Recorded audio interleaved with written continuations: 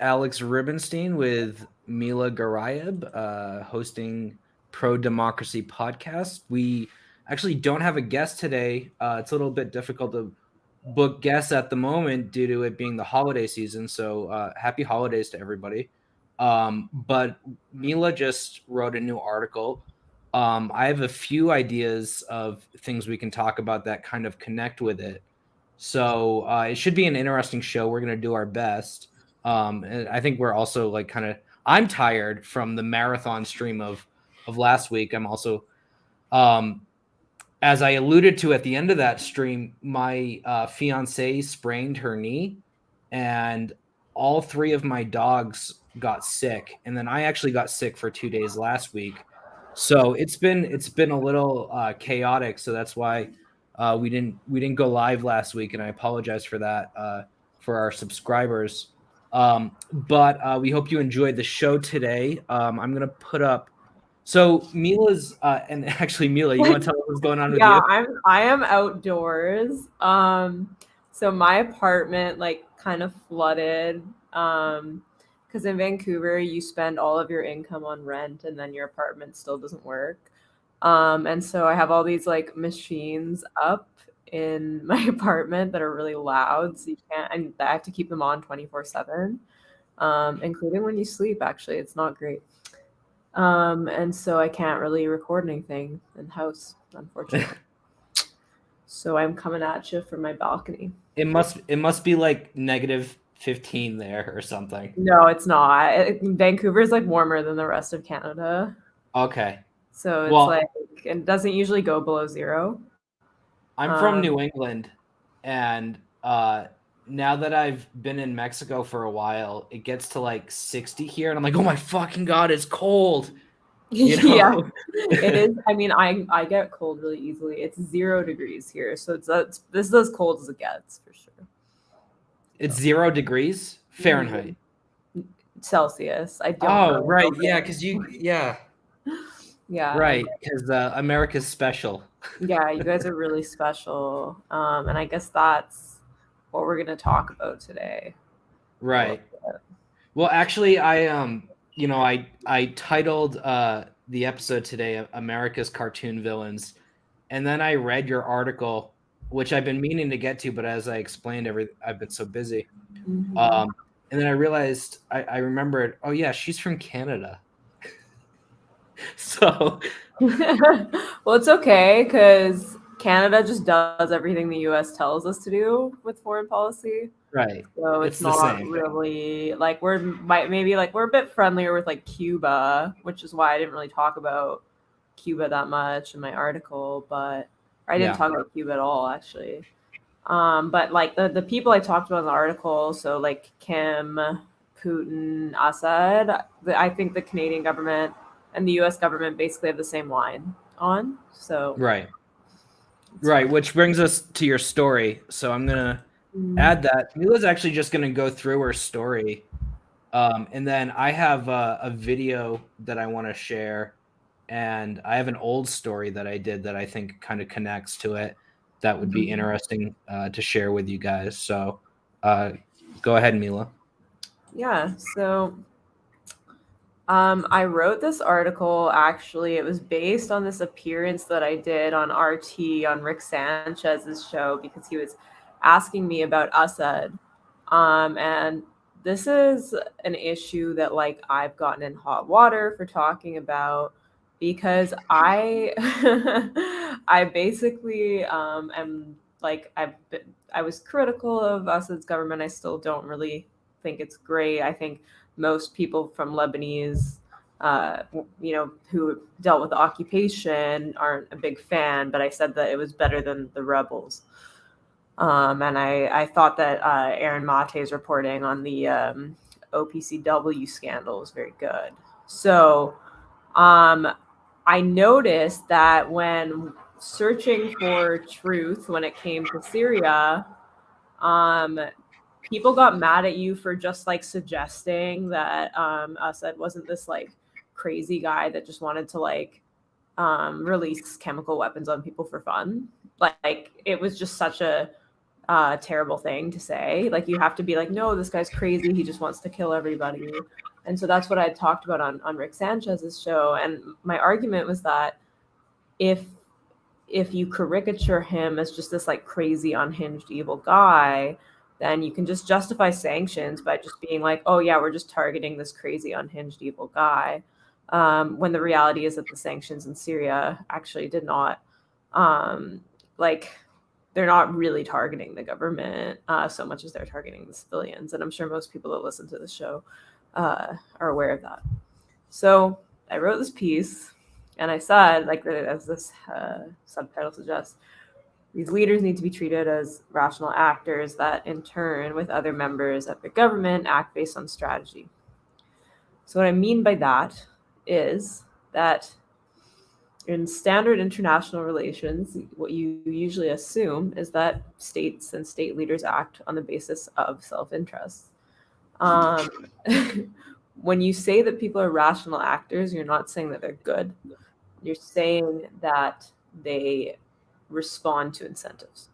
So, for instance, you might want to question, why would someone release chemical weapons on like a city when they knew that that would like trigger an invasion? And why would they do that if they had already like... And not only that, but a lot of those things happened like just days prior to like major dialogue, you know, summit and such. Yeah, exactly. So I mean, basically when I started off the article with talking about how people kind of in general look at a state and they basically reduce it to one leader. And that's something that we do not just with enemy states, like we do it everywhere. So like in Canada, like a lot of people just fixate on Justin Trudeau, which is so funny to me because it's very clear that he's not calling the shots at all. Like he probably doesn't know like what day it is. Same with Biden, right? Like, right. And so, you know, similarly, you know, oh, this is Trump's America. And so no, I like how you laid that out, because I think that's kind of like a key piece of the propaganda that we don't really examine, because I feel like there's a lot of media analysis on the left, like fairness and accuracy in reporting, for example, but it's rare to see like the what's the word I'm looking for? I guess the pillars of the propaganda, and like to go a little bit deeper than like, oh, this person said bullshit on MSNBC, but to really understand how the propaganda works. You know, like the article I'm going to share later, you know, I made a few jokes in that, because when I write, I try to make a few jokes, just because if I can make somebody laugh, then they're going to come away from that experience of reading my piece with like a with a memory, right? And that's just like one trick of like, I mean, you have to use these kind of tricks to have effective propaganda, right? Right. Yeah, of course. And so what we tend to do is like, instead of saying like this, instead of saying like the Russian government, it's like Putin. You know, oh, you're a puppet of Putin, whatever, you know, all these like stupid Russiagate things. And there are these labels that go with it too. Like I'm sorry to interrupt, but like for example, Proper or Not, which is like that shady, potentially spooky organization that was platformed by the Washington Post, that labeled a bunch of alternative media outlets as like a Russian-backed during the 2016 election. And it happened to, you know, not just websites like RT that are actually Russian-backed, but like actual alternative independent media. You know, they always go, oh, Putin's fascist mafia state.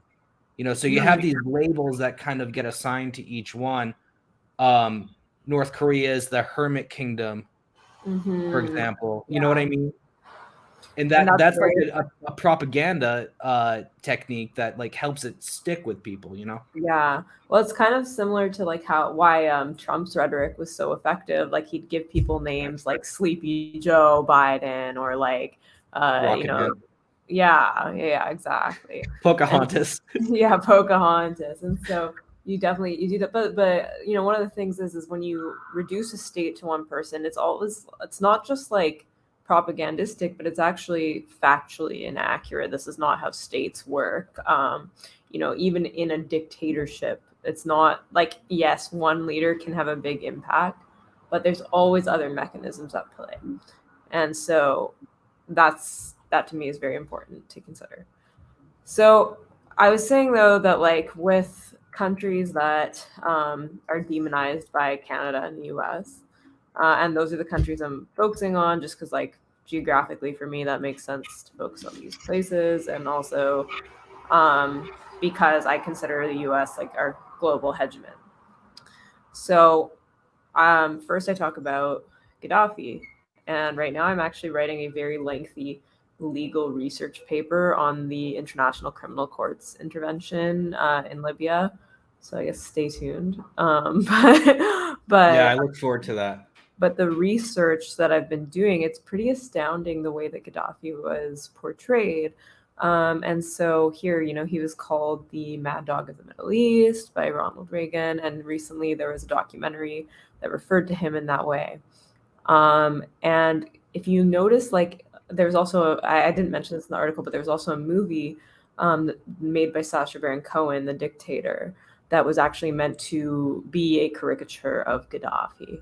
Um, what's not mentioned, of course, is that like there was governance in Libya.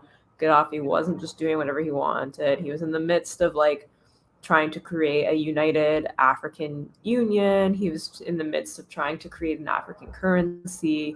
These are not the actions of like a crazy, irrational madman. And like you can disagree with the things he did, but he, at the end of the day, still acted based on strategy and incentives. I think part of this probably has to do with racism as well. Like if you want to look at like an African or an Arab leader, I think they're easier to portray as someone who's like crazy and unhinged and just wants to kill everybody, more so than say someone like Putin. If you see the depictions of Putin, they still kind of view him as like cold and calculated at the very least. But if you look at Arab leaders, for instance, the way that they tend to be portrayed is like, you know, they're crazy and they just want to kill everyone. Unhinged. Yeah. And so similarly, I think this one I mentioned Assad in this paragraph as well. Mugabe is another good example, you know. Yeah. And yeah, so like, you know, he just went wild, just unleashed, as I mentioned, just crazy, just went and unleashed these weapons. And so basically, like the way that these leaders are portrayed, we just see them as people who want to see the world burn. And I do mention Putin here, although I do think he is portrayed as more rational than Gaddafi, for instance. Well, that's kind of like a piece of the propaganda narrative against Russia, like historically throughout the Cold War, is that they're shrill, calculating, yeah, and cold, you know, right? like and they don't, yeah, and whereas like, but coldness has a certain rationality that's tied to it, whereas like the Arab Right. leaders, they tend to be portrayed as more hot-headed. But there Yeah. was the link that I have here is a magazine cover that depicts Putin um, with like fire in his eyes. Pull it up. Yeah. Yeah. I have to stop and then reshare. Hold on. You should just be able to click the link. No. Let's Oh, see. because you only shared that window. I just shared a tab because I have like a million tabs open about Gaddafi right now. It's kind of I love that when like I'm doing like an investigation and I have like 70 tabs open. There's a great yeah. Chrome extension I use called One Tab if you're looking to do investigative reporting or what you're doing, I would highly recommend it. So yeah, yeah, beautiful. so here is like an example of the depiction of Putin, and it's like public enemy number one. And I think like a lot of this comes from like, I think especially Americans, like their conception of politics literally comes from like the movies. Yeah. They're raised like with this kind of idea that there's a villain that looks like this, that's fire in his eyes, public enemy number one. Like instead of, again, we're all just on the world, they're all on the world stage and they're all responding to incentives. There's not, it's not like, oh yeah, okay, like everybody, some people like the US is good and they're making decisions based on like the good of the world. Whereas like Russia just like is just like out to like ruin everyone's life. It's just, this is not how politics works. So basically, I'll pull up the article again. So basically what I was saying in my article is that you end up losing sight of basic international relations analysis. So this is what I was saying before. So like I used to, I have a degree. I shamefully have 2 degrees in political science, but I used to TA a class in international relations, and like this was like common knowledge. Like I would teach like game theory, for instance, and when you learn game theory, Oh boy, I won't get into it. But that's hilarious. But yeah, like when I would teach game theory, like you make these like matrices, and like you assume that every political actor is going to act rationally and do what's in their best interest. And a lot of times on the international stage, doing what's in your best interest means having restraint. It doesn't mean being unhinged. And so like there are actions, especially just like senseless violence, that do not make sense in the context of like state behavior. And so like when you say like, oh, this doesn't make sense that a leader would do this at this point. So for instance, what Gaddafi was accused of doing a lot of weird and irrational things, like getting his soldiers to like mass rape people with Viagra. Questioning why someone would do that is not saying, yes, I endorse every single thing this leader has done. But unfortunately, that's how it's taken, right? So like you see with Aaron's reporting, for instance, the Young Turks were smearing him as like an Assad apologist for being like, why would Assad release chemical weapons at this point? Which is just absurd. I mean, not that I'd expect better from the Young Turks, but like, this is like very common, and it's just kind of like it's discouraging people from actually using their heads and being like, okay, yeah, this is just classical IR analysis. Well, I saw an interview of Tucker Carlson. I mean, he was interviewing somebody. It was some Republican I didn't even know about in the House of Representatives. It's like a couple weeks ago. Who was like pushing, hostility against Russia over Ukraine. And like he just asked the most basic question from him, which is, why is it in America's interest to take Ukraine's side and not take Russia's side? And the guy couldn't answer it, right? And since then, Tucker, and there's a lot we can say about him, which is probably not for this episode, but since then he's been, the Daily Beast is like the Daily Tucker, where they just smear him over and over again for being supposedly cozy with Russia or pushing their propaganda line, just for asking the most basic question, which is, why is it in America's interest to take Ukraine's side over Russia? And I don't think I haven't heard a good answer to that, I mean, there is a reason, but it's not the reason that they want you to know is the reason, right? Like, it's like, yes, Nord like Stream 2. Russia is a competitor, they're a rival, they're like a potential regional hegemon, right? Like the US is enjoying unipolarity right now, and now you have these like up and comers like Russia and China that they want to stamp out. You have China's Belt and Road. Go ahead. No, I just said they're not. I was gonna say yeah, right. They don't want you to know that part. It's China's Belt and Road, which a strategic area of that is Xinjiang, which is why we see all this propaganda around Xinjiang. And you have Nord Stream 2, the oil pipeline going from Russia to Europe, which is also like a economic threat to United States, dominance in the oil sector. And so that's why we see all these problems with Ukraine, right? Yeah. It's not that like Joe Biden cares about Ukraine, or I mean, he helped pillage it and sell it off to the private sector. Yeah.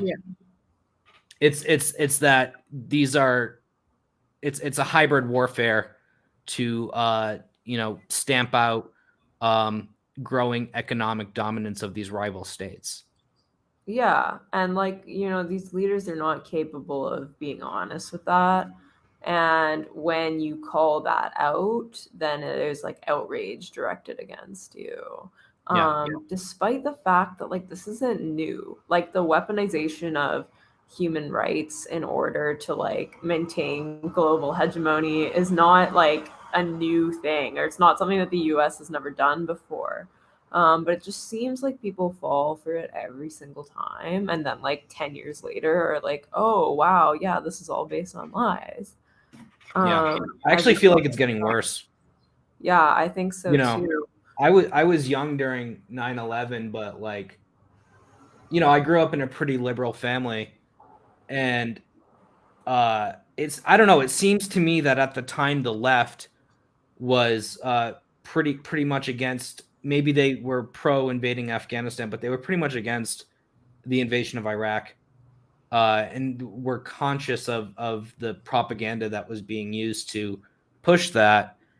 Now it's just the propaganda is so much more intense. Like Syria is the best example, where it's just $1 billion psychological operation carried out by NGOs and media outlets to basically ruin the lives of anybody that pushes back on it. Like they're trying to control the terms of the debate, right?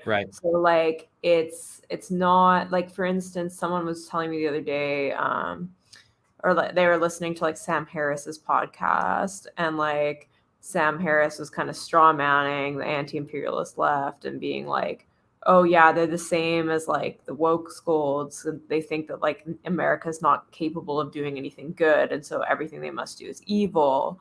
And like another point that was made was like, oh yeah, like with Syria, for instance, like they just can't say that like, like Assad's evil or whatever. And it's just kind of like, or they take the straw man is like they take his side because he's not the US. And I'm like, this again is such a straw man, and they're trying to change the terms of the debate, because the debate's not who's like, is Assad a good guy, or like the debate's not like, should anti-imperialists like support him normatively speaking. Like the debate is, what business does the US have in arming Islamist extremist rebels who are in turn like oppressing religious minorities? Like that is the concern. The concern is like not and intrinsically evil, but they're overseeing the destruction of yet another sovereign Middle Eastern state. Yeah, and like they're trying to control it, and then say to us like, oh, look how ridiculous you are. You just will support anyone that's not the US. And it's kind of like, well, no, I'm not supporting Al Qaeda. That's really where it's at right now. Like, I'm sorry if opposing Al Qaeda is opposing the US. That says more about them than it says about who I support. And so, it's just crazy to see them try to control these, especially like someone like Sam Harris, who is ostensibly concerned with religious fundamentalism, suddenly, supported Hillary Clinton's position on Syria, which was a position that fundamentally and effectively was supporting religious fanatics. Right. And so it's just really hilarious to me. But yeah, so I mean, that's like another thing that can be said is that like they're really just trying to control the terms of the debate because they don't have a real argument. Like Right. if they had a real argument, they would not try to change the goalposts or misrepresent what we're actually arguing about. Well, like you said earlier with Russia, it's never about what they say it's about, right? Mm-hmm. Because otherwise you wouldn't have all these people who spent the 9/11 era, the war on terror era, you know, basically categorizing all Muslims as fanatic extremists, now, pushing for the destruction of a secular state in the Middle East that basically managed a very multi-ethnic society peacefully prior to the proxy war. Yeah, no, definitely. And it's like it shows again that like it's ironic because they kind of accuse like anti-imperialists of being oh yeah, we're just going to like support everyone that's not the US.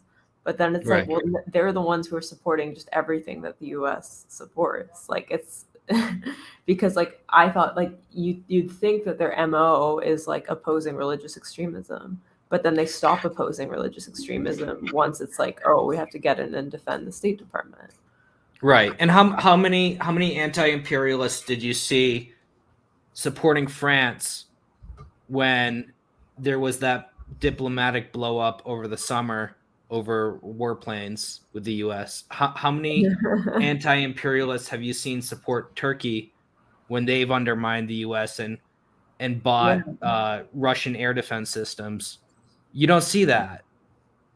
It's not a thing, yeah. And Right. like, I mean, again, there's also like a ton of criticism of people like Ilhan Omar for being too soft on Turkey or not recognizing the Armenian genocide. So I do think that like again, when these people like Sam Harris and all these people like who say this kind of stuff, it's a lot of it's projection because it's like they're really just like the ones not staying true to their principles. Do you oppose religious extremism or not? Right. If you oppose it, why are you supporting the side that gave $1 billion to Al Nusra? Right. Like that is an insane amount of money. So some of it might be as well just like going on Twitter and scraping at the bottom of the barrel. Yeah, I mean, I hate to say no, it, that there, but as a reflection of the overall approach to anti-imperialism, I don't think that's accurate. it's not. And again, it's just always a straw man. And so like I said here, like they lose sight of basic IR analysis and like this is like also the case with people who are just like, oh yeah, like all your politics are just like hating the US. Well, again, like if you are actually concerned with proper IR analysis, you concern yourself with the global hegemon.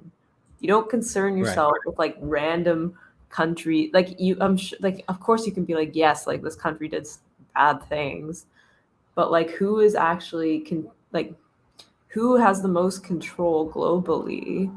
Who has the most hard power, the most soft power? Who has the most military bases around the world? Like these are things that are relevant when we're choosing who to fixate. Sorry for that. Oh, no problem. Actually, I'm going to end the Twitter live stream, and we're going to move over exclusively to Rockfin. You can join us at rockfin.com/ProDemPod. More to come. All right. So yeah, I mean, I also kind of talked a bit about how like the animal sort of portrayal and the animal analogies used, like they're kind of these people are portrayed as animals that need to be put down, hence like things like the rabid or mad dog comments. And again, when you say like these people are acting rationally, they're not saying that they're acting in ways that are morally good. You're just saying that they're responding to incentives. And it's kind of blown my mind that even saying that has like generated backlash. And yeah, like it just points to the fact that like politics and journalism, they say they're not really concerned with the truth anymore. They're not like there's very little like factual reporting anymore, or like concern with what's actually happening. Everything is just people opining about how evil other people are. And so I've found that to be kind of ridiculous. No, it's a good article because it really just kind of hits at this issue that's kind of glossed over a lot of the time, I think. Yeah. And I like how you talk about how this caricaturing of foreign leaders is common, and you use the example of Putin and Gaddafi and Assad. But then you very importantly note that it's the standard with North Korea and Kim Jong-un. Yeah. Especially like, so I do spend some time on Kim Jong-un. I also, like, I mentioned Saddam Hussein here because I found out that they compared him to Hitler like over 1,000 times, like Yeah. in the media. You should just read that line real quick because I think it's important. So I said, like, a Gallant Foundation study reported on by the Yale Review of International Studies found that the U.S. print media compared Iraqi President Saddam Hussein to Adolf Hitler at least 1,035 times between August 1990 and February 1991, which is the period leading up to the Gulf War and through its end. And this media narrative then portrayed Bush as this brave hero confronting this monster or beast or madman. And this is like what made him enjoy American support for him and his government. And so like this gave him a bolster in public opinion, and it also manufactured consent for this war that really Americans had no interest in. Like, American weapons companies had interest in this war, but like, what did the American people gain from this war? Like, yeah, it's, and you know, I'm on Google Images right now, and I'm just doing various research, very investigative stuff. I'll share it real quick.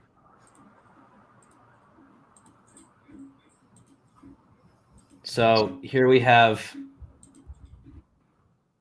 Nicolas Maduro as Hitler. Oh my God. We have Putin as Hitler with the mustache. The Hitler stash says Person of the Year. And The Advocate is an LGBT magazine. Yeah. Who should I try next? Assad. Assad for sure, yeah. Yeah.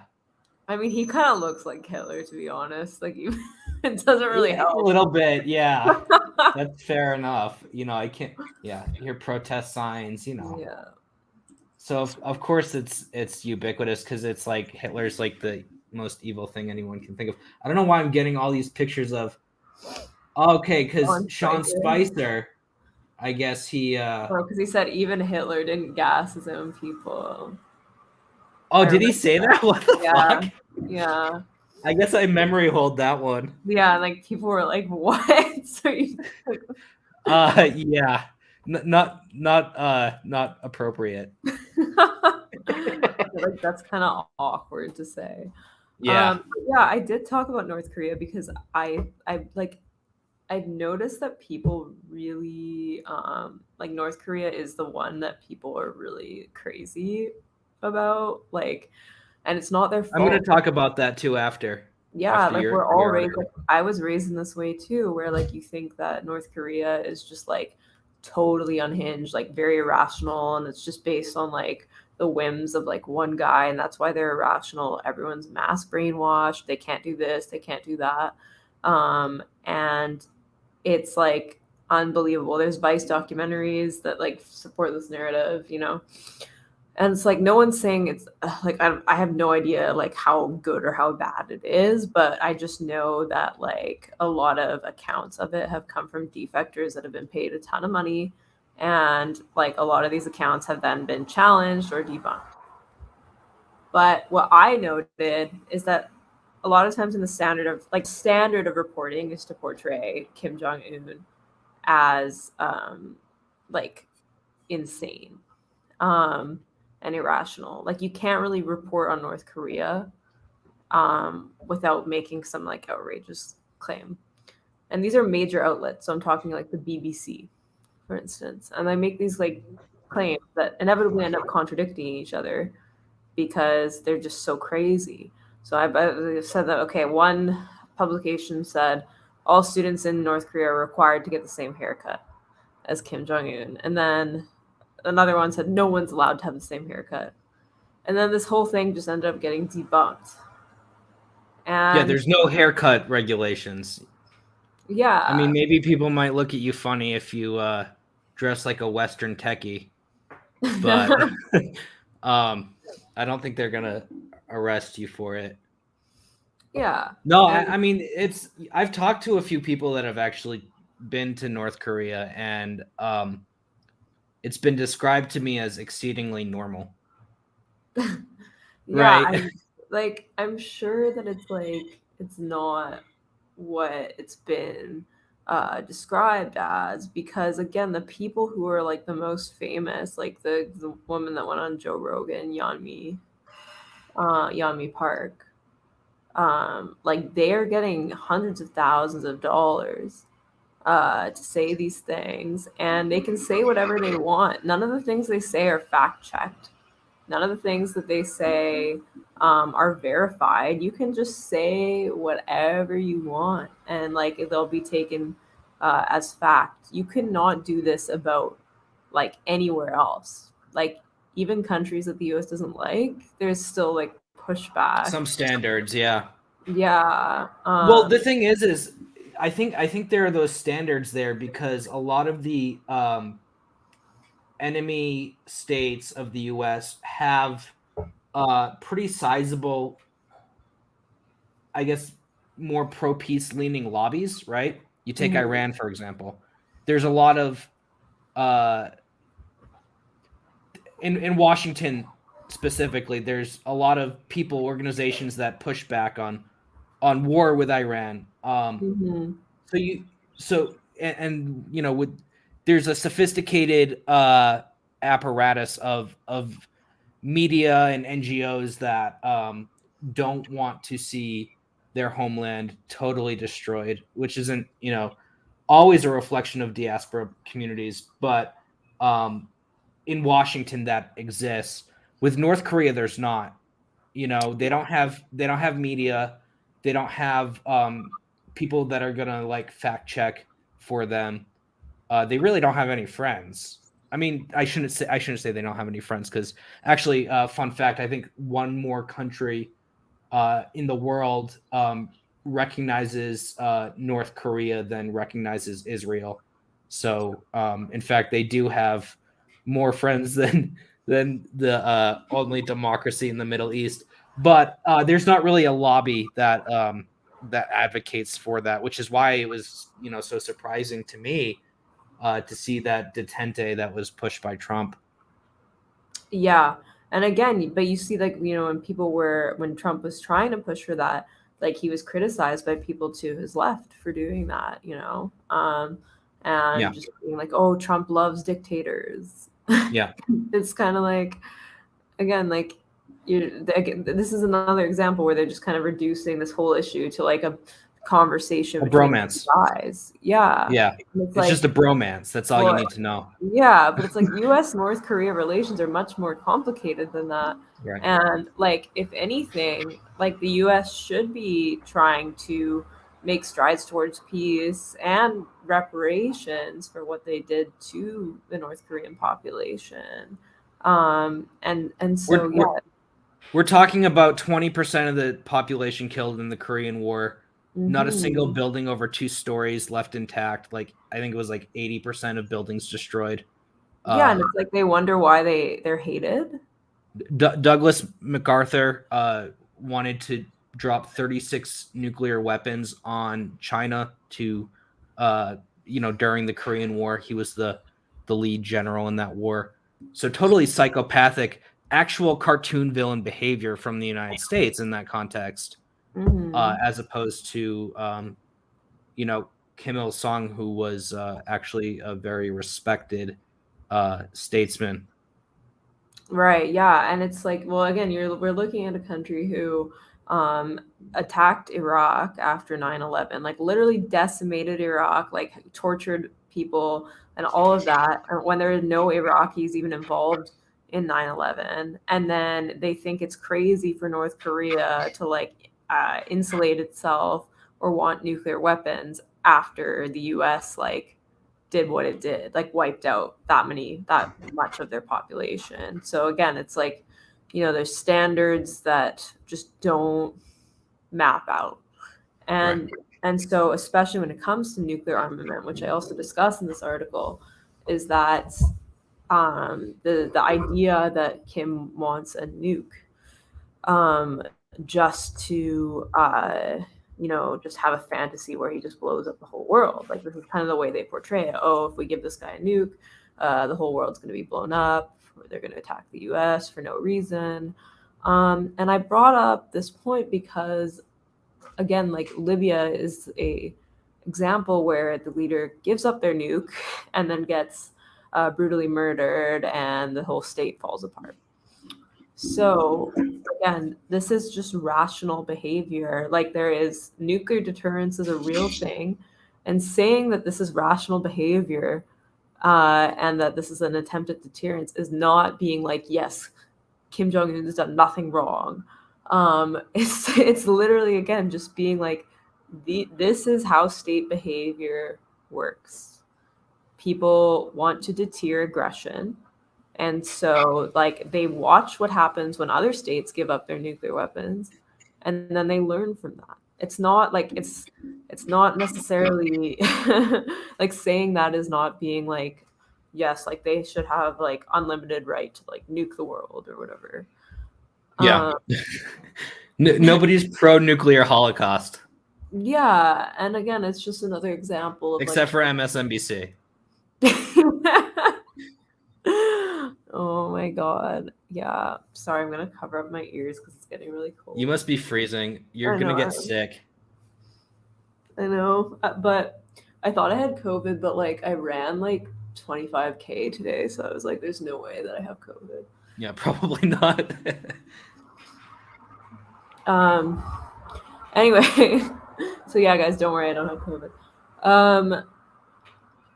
So yeah, so I was just saying like North Korea gives up their nukes. This is what or sorry, Libya gives up their nukes. North Korea watches this. They learn from it. Like it just makes it same with Iran, which I didn't really talk about in this article, but Iran is another example where it's like, for them, it like first of all, there's no evidence that they actually have nuclear weapons, but like there's all this, speculation like, oh no, like they're gonna get a nuke. If they get a nuclear weapon, it's just going to be a deterrent. And like that is quite rational behavior given the history of the US's involvement in the Middle East. That doesn't mean that and Israel. Mm-hmm. And like that doesn't mean that we think that like they should nuke the world. Like it just means that like this is an act of deterrence, and it's like normal and rational in the circumstances. It also doesn't even mean that we think that they should nuke Israel, right? I mean, Yeah. you look at that dynamic where it's like so scary for Israel that Iran might supposedly so scary for Israel that Iran might get one nuclear weapon, when it was revealed in leaked emails from Colin Powell, leaked emails from WikiLeaks, that quote, the boys in Tehran know Israel is sitting on 200 nukes. That's a one singular quote, because I'm not saying it perfectly. I don't remember the exact quote, but Right. so Israel, Colin Powell, former Secretary of State, said that the Tehran knows that Israel has 200 nukes. So, one nuke versus 200, and I'm sorry, but do you really think that Iran is going to bomb, just totally decimate the third holiest site in Islam? It doesn't make any sense. Yeah, it doesn't.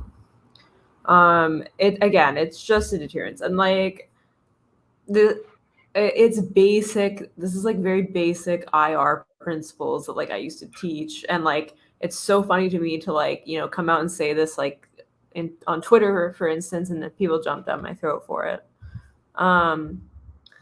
So yeah, so I kind of just said this like, the last thing I sort of touched upon is popular support for these cartoonish leaders, which was a bit like, this was not something I had been planning on addressing, but my editor suggested that I do, because I do think that polling for polling data on and stuff like that is very like hard to get and not necessarily that reliable. But I do think that, like, I do know people who are from these countries, whether China or Syria, who do support these governments. I know a lot of Syrians who support Assad and didn't used to, but did in light of the fact that the rebels were trying to kill them because there's like they're religious minorities. I don't really fault them for that. But again, the popular support for these governments is really they really try to minimize it, and you kind of see that a lot with China as well, where it's like, oh, I don't hate Chinese people, just the government. It's a very common thing to say. The Chinese government has like some of the highest levels of popular support of any country in the world. And like I've talked to some people and like asked them why, and like for various reasons. Like some people have told me like, oh, I like that they like take care of us, but or like I like that they fight corruption, whatever. But instead of like people thinking, oh, okay, I wonder why this government is popular, it's like, oh no, it must be brainwashing. Yeah. And like, again, then there's also an element of racism there as well, because they just view Chinese people as like these very simplistic robots that just like do what they're told and don't critically evaluate their own government, which is just absurd. With Syria, the narrative's a bit different. So I read this book called Ambiguities of Domination by Lisa Wadeen, and she talks about Syria as well. And she kind of says like, oh yeah, everybody hates Assad, but they're like too scared to voice it. And again, I don't think that is correct. I think that we need to grapple with the fact that these leaders do get some popular support. They're not just these crazy, unhinged villains that everyone's scared of and hates. They do have supporters, and like you might not like that. I personally have many unpleasant things to say about Hafiz Assad, but like there are people that support these people, and instead of being like, like instead of trying to avoid that, we need to understand why. And again, this is like, I hate to keep harping on the Young Turks, but like this was another thing when they were like going after Aaron, was like Aaron had mentioned that that Assad did have some support, and that it was automatically accused of being like, yeah, like the election results were totally valid and like Assad did nothing wrong, blah blah blah blah. Because I don't know if you know, like if you remember the election results, but like it was like comically high. Yeah. And like I was like, yeah, I don't doubt that it wasn't that high, because like I've never seen that many Middle Eastern people agree on one thing. Like like it's just not possible. No, but like even still, like, I still don't doubt that he won. And what I said in here is that I don't think that support for him actually revolves around his personality or because of brainwashing or because of fear. There are actual explanations for this in like basic international relations analysis. So there's like when there's a prevalence of terrorism and the government's fighting it, they tend to enjoy some more support. There's a rally around the flag effect that you enjoy in the context of war, similar to how Bush enjoyed support in the context of war.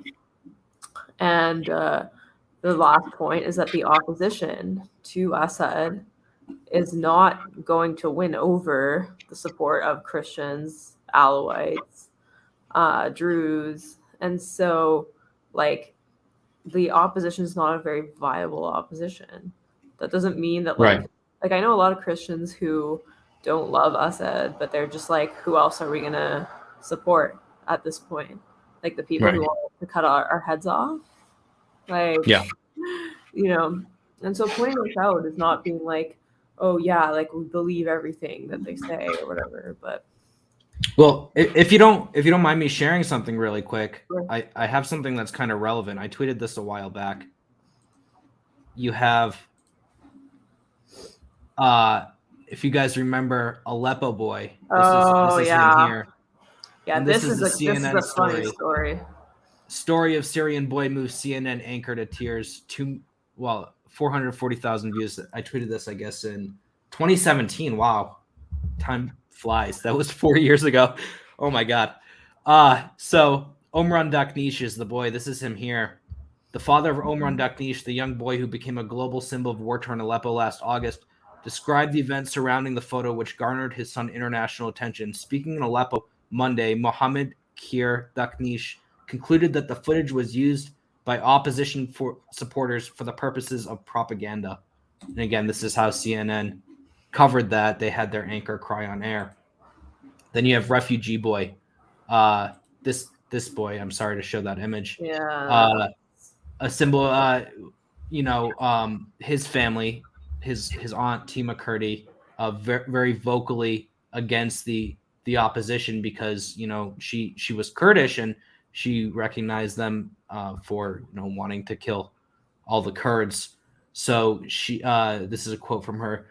She went on to say, not only did the West do, quote, nothing to end this terrible war, but also conducted a terrible regime change policy in Syria that actually only made the situation even worse. The Western funding of the so-called moderate rebels only prolongs the suffering of the Syrian people, she stressed, adding that there are, quote, no moderate rebels in Syria.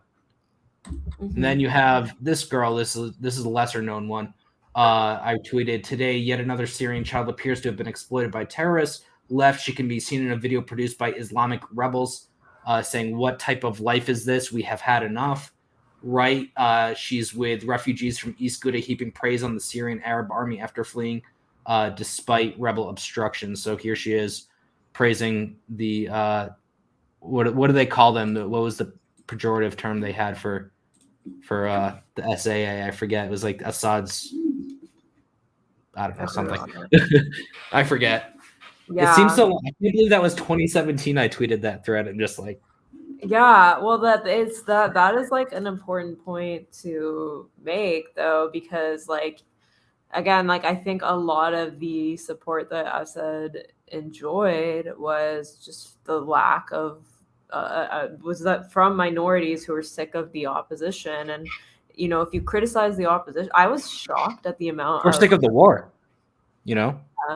yeah, and like I was shocked at the amount of like people that got upset at me for criticizing the opposition. Like I got called Islamophobic a lot for that, which is funny because like half my family's Muslim. But like I was just kind of like, I think if you think that these guys are representative of Islam, then you're Islamophobic, not me, because most Muslims, I would hope, and I'm pretty sure this is correct, that they do not want to ethnically cleanse religious minorities. So I kind of conclude this piece by saying that, admitting that there's, complex relationships between leaders and their population. This is not, being like, oh yes, so they're actually like good again, because there's reasons why people are supported. And a lot of times people are supported not because people love them or think they're great, but feel like they don't have any other options. And what's hilarious to me, like absolutely ridiculously hilarious, is the US left spent like so much time being like, vote for Biden, he's awful, he's a carceral, Yeah, right. evil, blah blah blah blah. But then they can't get why Syrian religious minorities would vote for Assad when his Yeah. opponents are Islamist extremists. No, that's Like, an excellent point. I that to didn't me is even consider. hilarious. It's Um, yeah. like, and again, it's funny because like for me, like I can admit why I think Assad has support, and again, people get so upset about that. But yeah, it's just funny because all these people being like pro Biden, who is more deaths on his hands than Trump throughout his career. Yeah. Uh, that they're fine with that. Um, and again, like I think a lot of it has to do with like reductionism when it comes to looking at Middle Eastern countries. Like Americans can look at their own country and be like, yeah, there's like we have to make hard decisions. We have to make complex decisions about who's going to govern us, and like they see themselves as like being able to think more complexly. They see their government as working more complexly, where they just view other governments that they don't like in this very reductionist way. Well, I mean, even China, where there's no opposition party, there are different tendencies among party members, and there's Right. all kinds of contradictions within that system that I'm not going to pretend to understand, but I at least acknowledge the existence of it. Yeah, I mean it's funny to me, and I this is like something I tweeted recently, but it's funny for the US to be like, oh no, China has a one party system, as if their system is not effectively one party system. Right. And I Yeah. think the difference is that China's more forward and honest about what they're doing. And there's this really hilarious thing I watched the other day from Tim Dillon, and somebody asked him like, oh, why are we allowed to like why is it only the US that gets flack for doing things, like how come China, like for instance, doesn't like look at what they're doing to the Muslims? And Tim was like, because China just does it and shuts up about it. I know it's not like accurate, but he's like, they'll do it and they'll just shut up about it. But the US, like they'll do it and then they'll make a movie about how they're working in the North Pole. Like, Yeah. and I was like, that's so true. Whereas China's just like more, like they just are like, yep, whatever. So I think, similarly, they're like, yeah, we're a one party state. The US is like, oh, we're such a vibrant democracy. But it's like, you're effectively, what are the choices here? Like you have to choose between Biden and Trump. You're a one party state. Yeah. But yeah, and so that's basically the gist of the piece. Show me. I hope all our followers, because we did like share your entire article. So just go click on Mila's article just to get her numbers up. If you enjoyed seeing it here, I feel almost a little sorry for Read Passage that we broadcasted their entire article. But they do pretty good stuff. Yeah, Passage is not paywalled, so anyone can read it. Yeah. But yeah, they do put out some good stuff. I've written for it for a while, so I have like I don't agree with everything I've written for it, to be honest. But amazing. Wait, we're allowed to have our views change?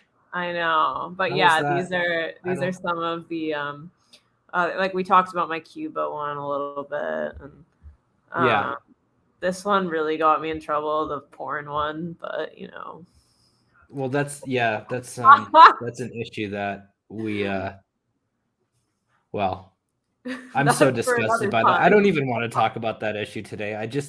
It makes me so angry. But on the topic of today, I wanted to play a quick segment from this this documentary. This documentary is 25 minutes long. And if you ever want to offer somebody a very succinct red pill on propaganda against U.S. enemies, this is the best way to do it. Actually, the documentary was called The Haircut. Have you seen this documentary? No. It was called The Haircut. Is it And about that's what it was on. It was called on YouTube. I guess either the name changed or they re-uploaded it. And it's gotten a lot more videos since the last time I saw views since the last time I saw it. It's got 1 million views now. But I'm just gonna play this really quick clip from it. Basically, the gist is these guys, they're Australians, they have long hair, and they go they play all these clips of the news saying that in North Korea you have to have the same haircut as Kim Jong-un. And so then they go to North Korea and they get a haircut. They get their long hippie hair cut off. But it's funny because they go around Melbourne in Australia, which is like a very hipster area, and they ask everyone, what do you think about this news that you have to get that haircut? I'm not going to play this part. That's why I'm describing it. Yeah. I'll say, oh yeah, well, they're such a propagandized society, and then he says, do you think anything like that would ever be possible in Australia? And they say, no, we're a liberal, free democracy. And then he goes to all the like 10 or so people he interviews, all guys, and he's like, and what made you decide to grow that long, luscious hair? Because they all have really long, they all have the same, they all look the same. So it kind of like shows the hypocrisy of claiming that a society is propagandized, a foreign society, and then all of a sudden, you're all basically dressed the same, you talk the same, you watch the same shows, going for the same aesthetic. But I'm going to play this little clip, which just kind of showcases some of the news clips of about North Korea. Just again, Google, go to YouTube and write, "We went to North Korea to get a haircut." I can't recommend this documentary enough. It's only 20 minutes long. One of the most dangerous countries in the world today. Can you hear it? Mm-hmm. Okay. Where they live. Are ready for war. The Rogue State Conducted its fourth nuclear test. Threatening a preemptive nuclear attack. The U.S. is increasingly being held nuclear hostage. You can see dead people everywhere in the street. Torture, rape, forced abortion, and execution. Wow, that place seems absolutely awful. But surely it's not all bad. This is post haircut. Stuff too, right? No, nothing is normal. Not even the boring stuff. Not even haircuts. New hairstyle that's getting a lot of attention. Men now have to wear their hair just like their leader. Under orders to get a Kim Jong-un haircut. Have to cut their hair a la Kim Jong-un's distinctive hairstyle. And once again, edgy comedians, TV presenters, and advertisers all band together to make exactly the same joke. To ask pedestrians, can we formula? How many haircuts did you get today? Oh, you've been doing it fine. Understand how Here's the Young Turks. unbelievably weird and uncreative. We're just going to make a little off the top. Justin Bieber. Can't have the way. The ridiculous haircut and nuclear arms. You're not gonna blow me up. Anne Hathaway. I'm just gonna play it for another. They're gonna show a couple more clips, I think. The only problem here is that the haircut law never existed. If we dig through the sources back to the original article that part of this writer story, we arrived in Washington, D.C. at a new company called Radio Free Asia. The original article was based entirely on unnamed sources. And as our followers probably know, that Radio Free Asia was founded by the CIA.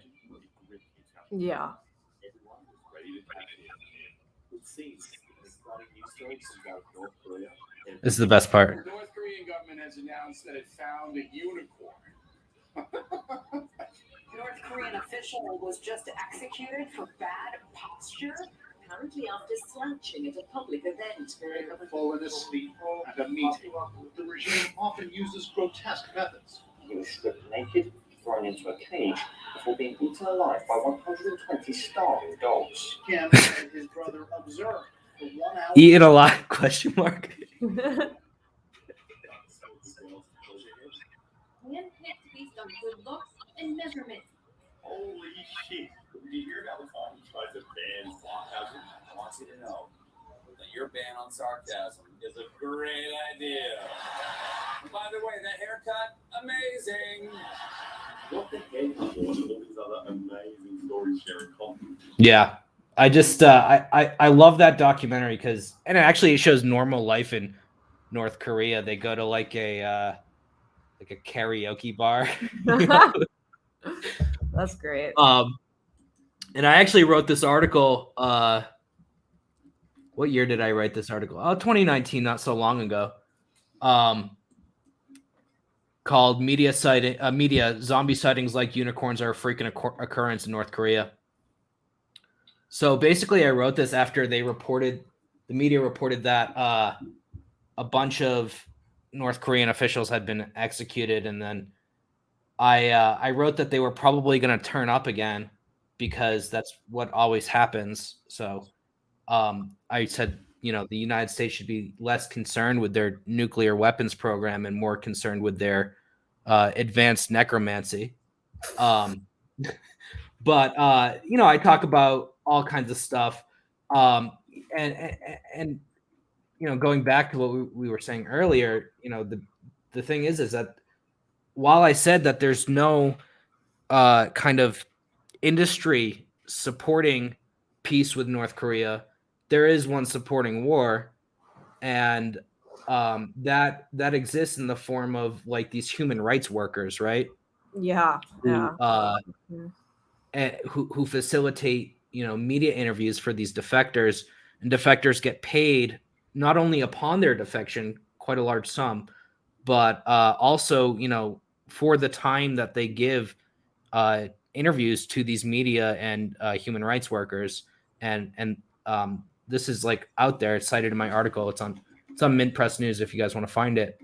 But the more salacious the story, the more they get paid.